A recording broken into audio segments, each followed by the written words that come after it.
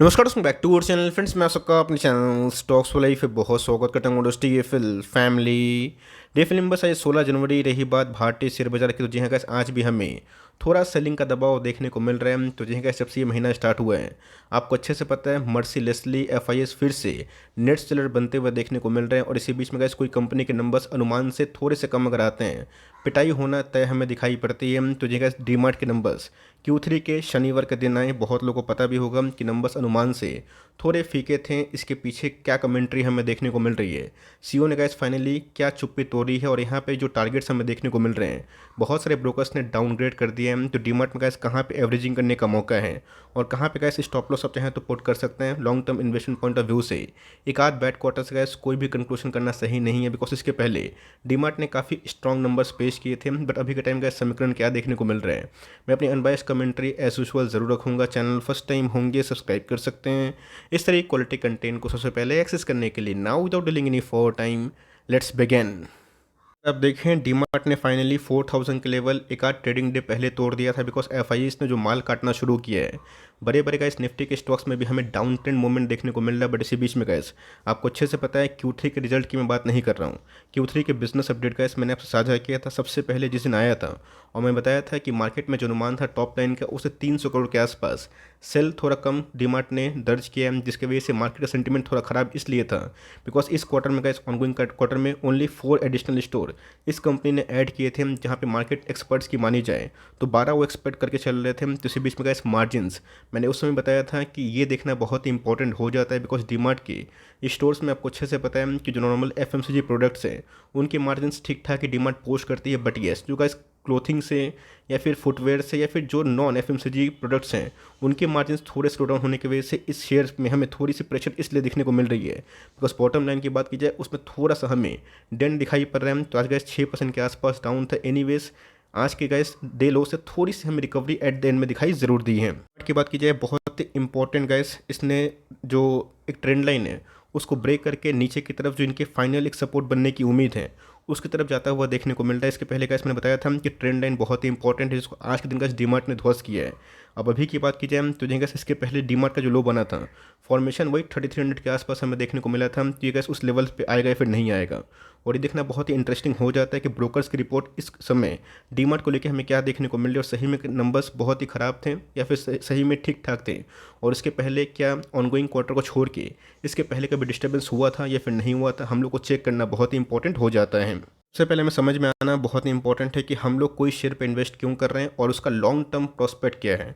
Short term की बात की जाए, आपको अच्छे से पता है कि सेंटीमेंट अभी भी गैस भारतीय इक्विटी मार्केट के फेवर में नहीं है, बिकॉज बहुत लोगों को ऐसा पर्सनली फील हो रहा है कि इंडियन इक्विटी मार्केट का जो वैल्यूएशंस है वो थोड़ा सा महंगा है as compare to other global market. But इसी बीच में कैसे हमें समझना है कि अगर सेंटीमेंट ख़राब होते हैं और नंबर्स उस समय ख़राब अगर आ जाते हैं, वो टेम्प्रोरी है या फिर परमानेंट है। इसके पहले अगर आप देखें तो ऑफकोर्स गाइस 10 साल का आपके सामने मैं डेटा शो कर रहा हूँ, जो अपने आप में देखना बहुत ही इंपॉर्टेंट है कि 10 साल से जिनका ग्रोथ रिकॉर्ड है वो हमें क्या देखने को मिल रहा है। तो सारे फिगर्स का इस रुपीज़ इन बिलियंस है, इंडियन रुपीज़ की मैं बात बोलूँ तो अगर आप देखेंगे इस 12 से लेके 22 तक में कंपनी ने 22 बिलियन आईएनआर से अपने रेवेन्यू का इस 30 बिलियन के ऊपर कर लिया है, जिसकी वजह से आपको अच्छे से पता है कि एक बहुत बड़ा वेल्थ क्रिएटर आईपीओ के बाद रहा है। रही बात ऑपरेटिंग मार्जिन्स की, प्रॉफिटेबिलिटी की, उसमें भी कैसे हमें ट्रेमेंडस राइस देखने को मिल चुका था। बट पिछले कुछ समय से कैसे आपको अच्छे से पता है कि इन्फ्लेशन हावी होने की वजह से कंज्यूमर डिमांड थोड़े से वीक होते हुए देखने को मिल रहे हैं, जहाँ पे कैसे एफएमसीजी प्रोडक्ट में मार्जिन्स कोई ख़राब नहीं है। बट येस, इनके कैसे जो अप्रैल बिजनेस हैं,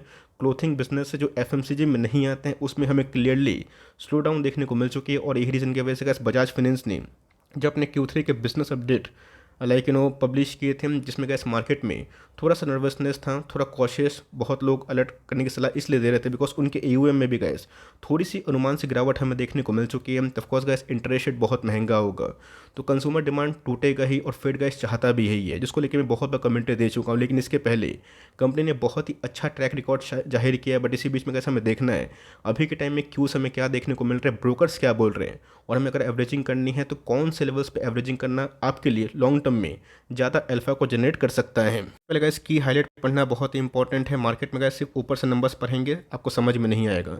सबसे पहले गाइस प्रॉफिट के अनुमान की बात की जाए 6.6% के आसपास हमें देखने को मिला था। जिस क्वार्टर में गाइस ऑलमोस्ट 590 करोड़ के आसपास स्टैंड करता है। मार्केट पार्टिसिपेंट्स की बात की जाए 650 से गाइस 672 करोड़ के आसपास मार्केट को ये प्रॉफिट का अनुमान था। इसकी बात की जाए तो टॉप लाइन गाइस उतने गड़बड़ हमें देखने को नहीं मिले थे, बट यस बॉटम लाइन में गाइस मार्केट ये पकड़ के चल रहा था कि इस क्वार्टर में जो प्रॉफिटेबिलिटी का आंकड़ा है 650 से लेकर 672 तक हो सकता है। डिफरेंट ब्रोकर्स का डिफरेंट व्यू था, बट उसी बीच में अगर आप देखें बेस केस में 50-70 करोड़ के आसपास जो प्रॉफिट है डाउन हुआ है। उसके पीछे का रीज़न क्या है? मार्जिन। तो जी हाँ गाइस, कंपनी ने इस क्वार्टर में थोड़ा सा मार्केट को डिसअपॉइंट इसलिए किया है बिकॉज नॉन एफएमसीजी जो प्रोडक्ट्स हैं उसमें गैस इनके मार्जिन में थोड़ी सी खराबी हमें दिखाई दी है। देख सकते हैं गैस कि इस क्वार्टर का जो मार्जिन है 8.3% के आसपास हमें देखने को मिल रहा है, जो कंपेयर अगर आप करें Q3 FY22 से वो गैस 9.4% के आसपास था।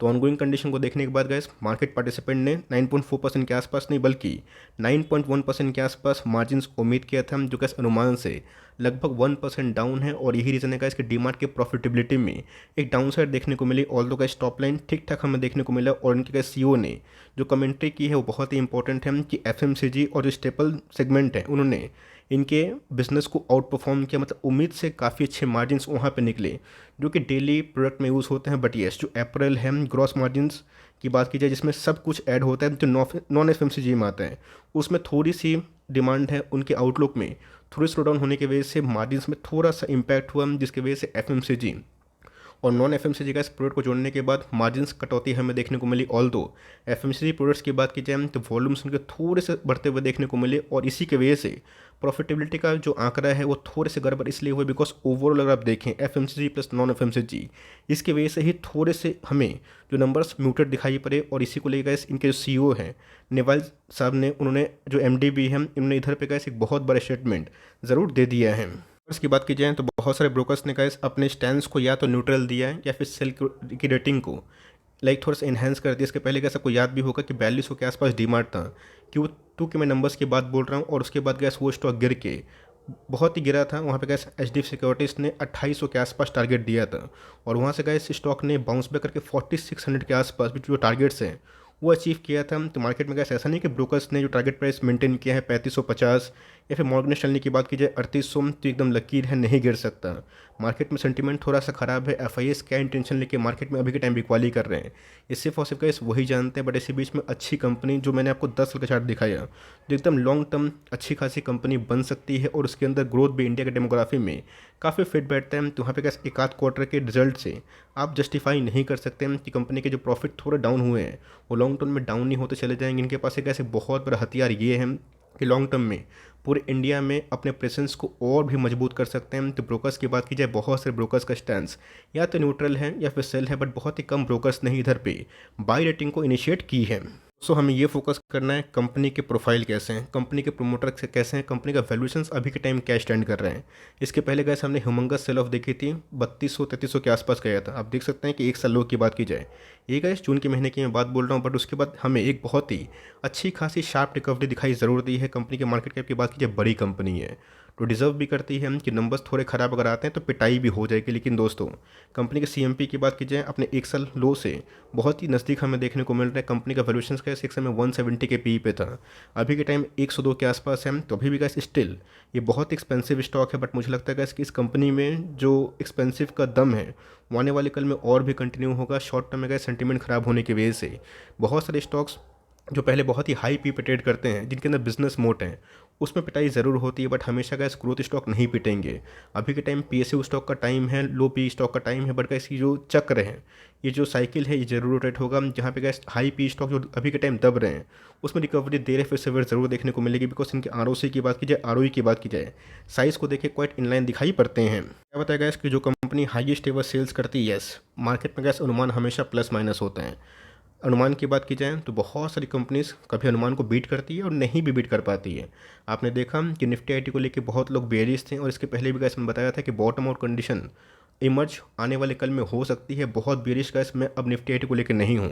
मैं नंबर्स के पहले ही बोला था और उसके बाद नंबर्स के बाद बहुत पिटाई नहीं हुई, जिसमें बहुत सारे ब्रोकर्स ने पहले से ही सेल टारगेट्स को इन्हेंस कर दिया था, दे दिया था। बट इसी बीच में कैसे हमें समझना है कि जो कंपनी एक क्वार्टर में हाईएस्ट एवर रेवेन्यू पोस्ट कर रही है और मार्केट सेंटीमेंट या फिर मार्केट कंज्यूमर बिहेवियर से थोड़ा शॉर्ट टर्म डेंट हो रहा है, तो लॉन्ग टर्म प्रॉब्लम नहीं है, ये गैस शॉर्ट टर्म प्रॉब्लम है।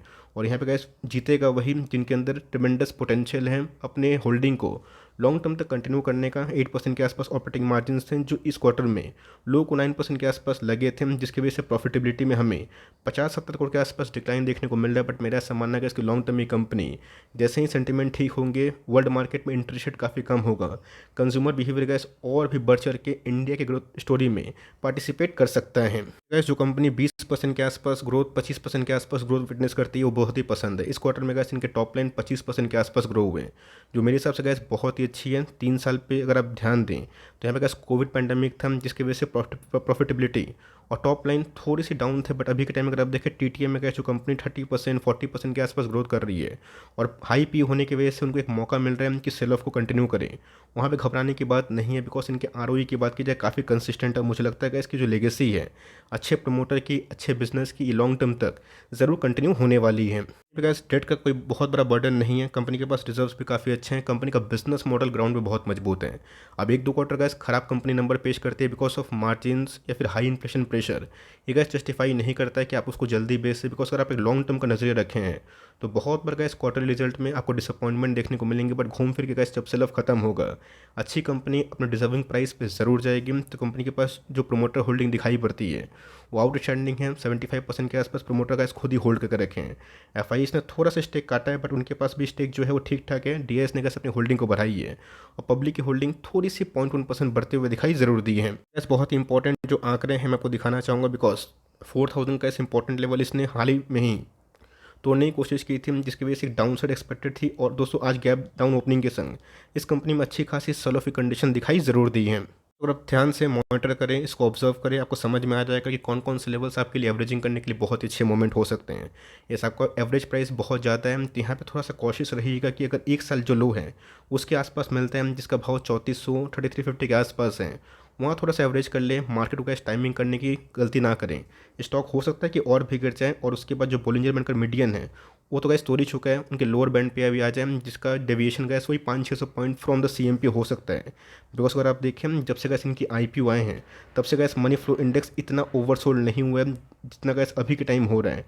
तो कंपनी गैस फंडामेंटली बहुत ही अच्छी है। एक आध बैड क्वार्टर से अगर आप निकल जाएंगे तो कंपनी ग्रोथ में गैस लॉन्ग टर्म तक आप पार्टिसिपेट नहीं कर पाएंगे। आपकी मर्जी की बात है, निकलना चाहें तो आप निकल सकते हैं। बट डिमांड गैस ऐसी कंपनी नहीं है जिसको आप लॉस में निकलें या फिर नो प्रॉफिट नो लॉस लेकर निकलें। आपको लग रहा है कि और गिर सकता है, मेरा बाइंग प्राइस और भी नीचे हो सकता है, तो आप गैस अपना काम कर सकते हैं। बट मेरा ऐसा मानना है कंपनी अच्छी है, पैसे खत्म है तो होल्ड एटलीस्ट करें।